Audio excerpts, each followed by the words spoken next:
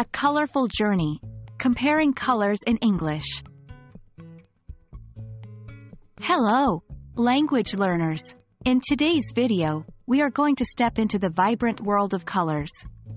More specifically, we'll be exploring the topic of comparing colors. So, whether you're describing your favorite shirt, painting a picture with words, or simply trying to express yourself more vividly in English, you're in the right place. Let's dive right in. To start, we need to make sure we know our basic colors. These include red, blue, yellow, green, orange, purple, black, white, gray, pink, and brown. Understanding these colors is the foundation for being able to compare them effectively. For example, you could say, her dress is more blue than green, or his car is less red than hers. Next, we'll tackle the concept of shades and tints. When we say a color is a shade darker, we mean that it is darker than the standard version of that color. On the other hand, when a color is a tint lighter, it means it's lighter.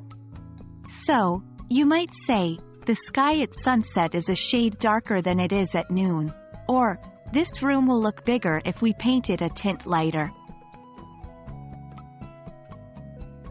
Now, let's move on to comparing similar colors. This can be a bit tricky.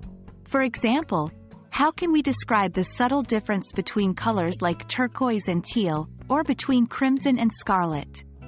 A handy trick is to compare them to things everyone knows.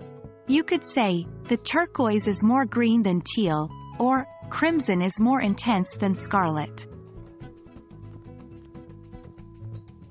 In this section, we'll look at how these color comparisons can come alive in everyday English conversations.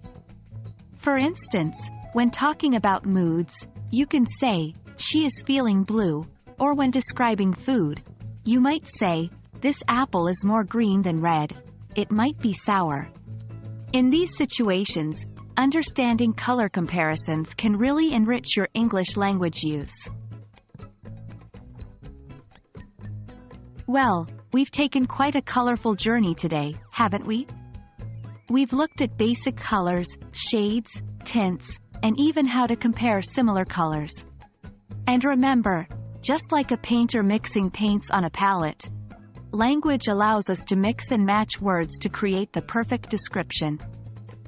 So, keep practicing, keep exploring, and let your language become as vibrant and varied as a rainbow.